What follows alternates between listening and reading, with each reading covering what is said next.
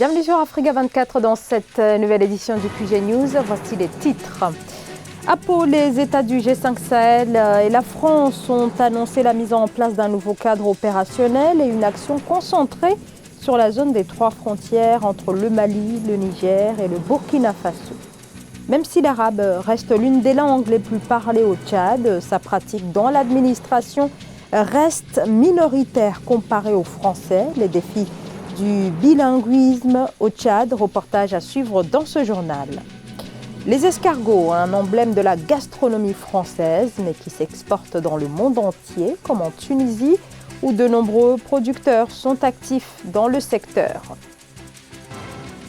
Mais avant de développer ces titres, d'abord le lancement au Sénégal, ce 14 janvier, des travaux du comité de pilotage du dialogue national. C'est en mai 2019 que le chef de l'État, Macky Sall, avait annoncé ces pourparlers qui réunissent depuis mardi plus d'une centaine de participants, des politiques et des membres de la société civile. Des discussions marquées cependant par l'absence de nombreux poids lourds de la vie politique et de l'opposition sénégalaise, au premier rang desquels Ousmane Sonko, Idrissa Seck ainsi que le Parti démocratique sénégalais de l'ancien président Abdoulaye Wade. Le comité de pilotage dispose de 90 jours avant de rendre ses conclusions. Ils se sont rencontrés lundi. Les présidents des pays du G5 Sahel étaient à Pau, en France, sur invitation du président français Emmanuel Macron pour un sommet consacré à la dégradation de la situation au Sahel et à la contestation aussi de la présence militaire française dans la région. Au terme des discussions, les 6 chefs d'État ont annoncé un renforcement de leur coopération militaire à travers un nouveau cadre structuré autour de 4 piliers dont l'action sera concentrée sur la zone dite des 3 frontières. Amenedji. Renforcement de la coopération France-G5 Sahel suite au sommet des dirigeants conviés à Pau en France par le président Emmanuel Macron. Une rencontre au sujet de la légitimité contestée des 4500 soldats de la force Barkhane et des nombreuses manifestations pour réclamer le départ des troupes étrangères du territoire sahélien. L'appel du président français s'est soldé par la consolidation de l'engagement militaire français au Sahel et le déploiement supplémentaire de 220 soldats. À chaque fois qu'un État demandera à l'armée française de ne plus être là, nous le quitterons. Notre seul intérêt, c'est la lutte contre le terrorisme, la stabilité et la souveraineté des États où nous sommes présents. Donc les discours que j'ai pu entendre ces dernières semaines sont indignes et ils sont combattus avec beaucoup de fermeté par vos dirigeants. Je les en remercie. Prévu se tenir en décembre 2019, mais reporté après l'attaque djihadiste d'Inates au Niger, cette rencontre des chefs d'État du G5 Sahel à Pau a été une occasion pour les chefs d'État de faire part de leur reconnaissance à l'égard de l'appui apporté par les États-Unis pendant que ces derniers réfléchissent à retirer leurs troupes armées des régions ouest-africaines. Les chefs d'État disent qu'ils renouvellent leur coopération avec la France. Bon, ça c'est la réelle politique, mais eux-mêmes ne sont plus convaincus. La bonne foi donc de ce pays avait, avant qu'ils ne partent là-bas, certains chefs d'État avaient exprimé leur indignation face à la communauté internationale par rapport à cette situation. Est-ce que la France et les autres pays occidentaux sont de bonne foi pour éventuellement travailler au niveau du Sahel pour que la paix revienne? La rencontre des chefs d'État du G5 Sahel à Pau a été conclue autour de 4 piliers essentiels, dont le renforcement stratégique militaire et le nouveau cadre baptisé Coalition pour le Sahel, rassemblant le G5 Sahel, la force Barkhane et les pays partenaires.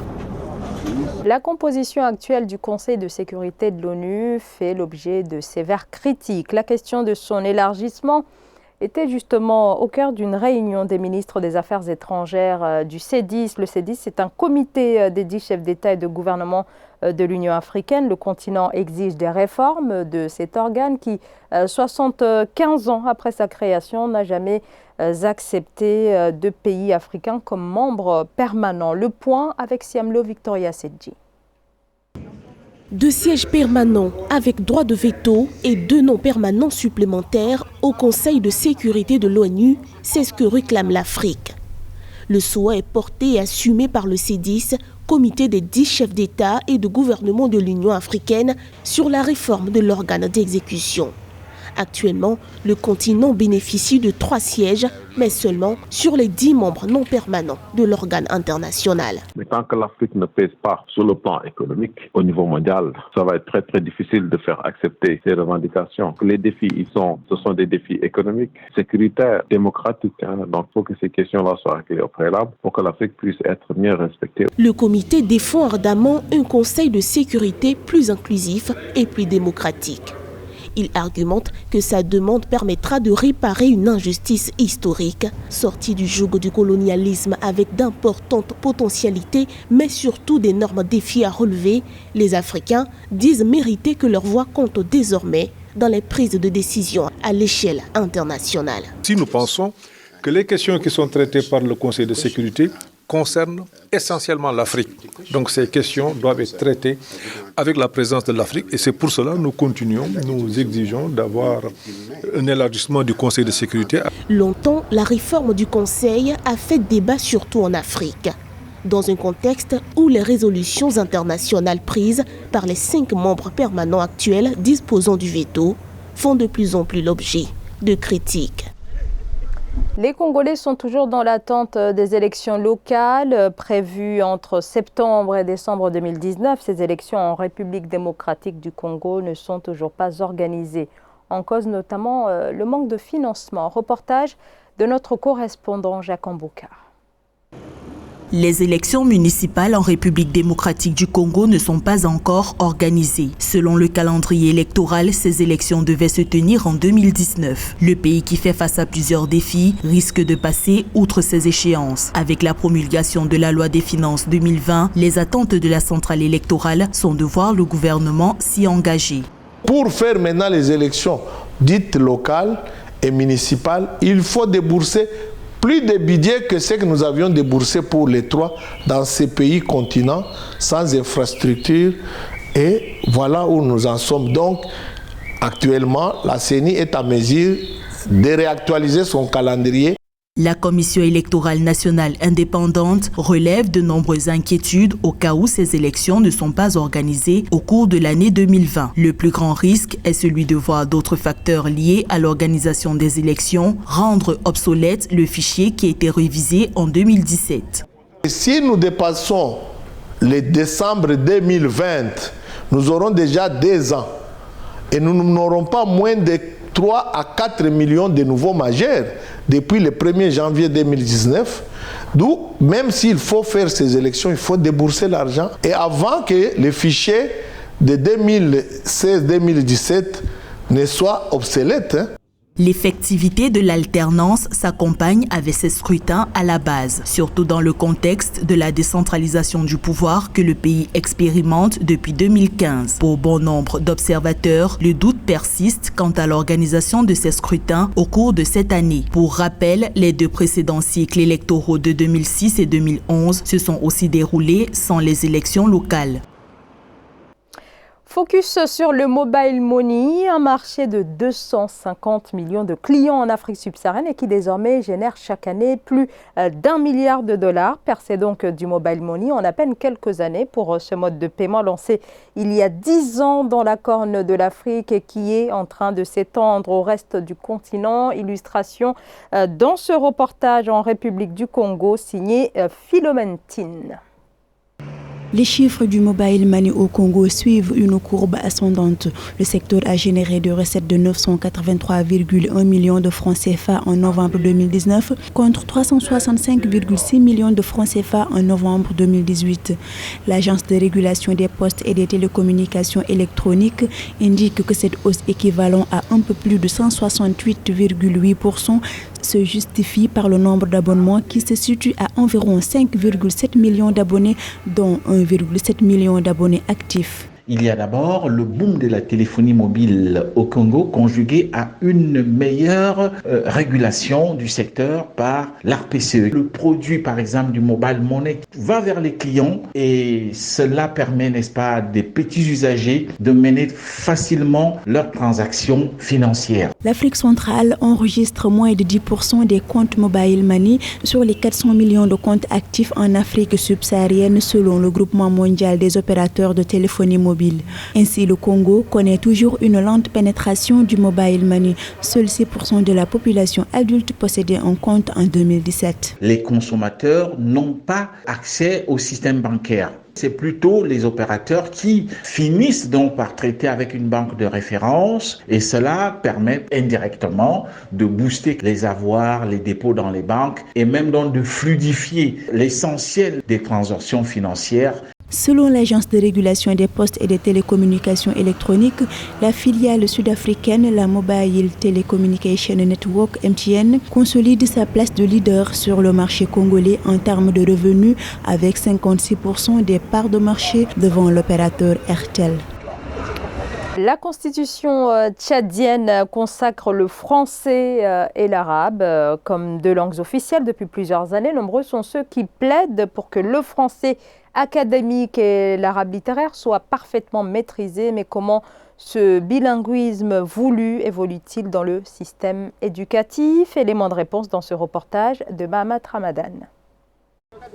Au Tchad, la mise en œuvre effective du bilinguisme intégral peine à se concrétiser malgré une volonté politique affichée. Des budgets conséquents sont affectés pour la promotion de la langue arabe aux côtés du français dans les systèmes éducatifs, mais les résultats ne suivent pas. Pour contribuer à apporter des réponses à cette problématique, l'écrivain Jim Rassem Thalès, dans son nouvel ouvrage Comprendre les obstacles majeurs de la mise en œuvre du bilinguisme, invite les acteurs du système éducatif à une réflexion multidimensionnelle. C'est un ouvrage qui vient en quelque sorte faire un bilan par rapport à la mise en œuvre du bilinguisme intégral dans le système éducatif tchadien.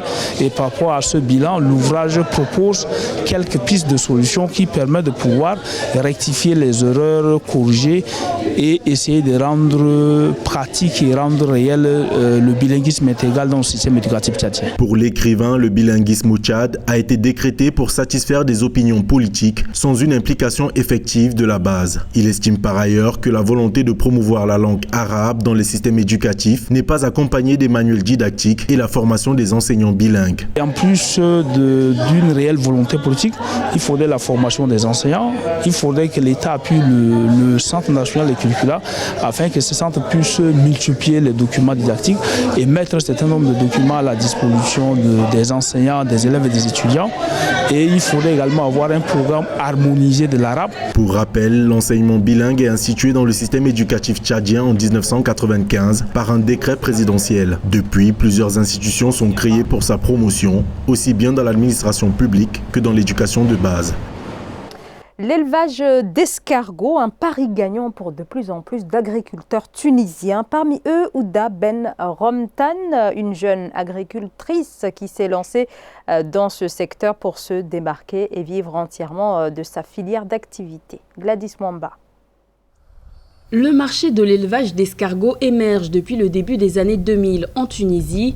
L'héliciculture se cultive et fait les affaires de nombreux jeunes entrepreneurs, passionnés par ces petites créatures, prisées pour leurs nombreuses vertus. J'ai choisi l'élevage d'escargots en 2014, mais j'ai rencontré beaucoup de difficultés. Et j'ai essayé de le surmonter au fil des ans et d'améliorer les affaires. J'ai commencé par extraire le mucus des escargots, un produit qui a suscité beaucoup d'intérêt auprès des clients. Après avoir extrait le mucus, les escargots sont utilisés pour la cuisine. Pas moins de 10 000 $ sont nécessaires pour de tels projets qui nécessitent peu de main-d'œuvre.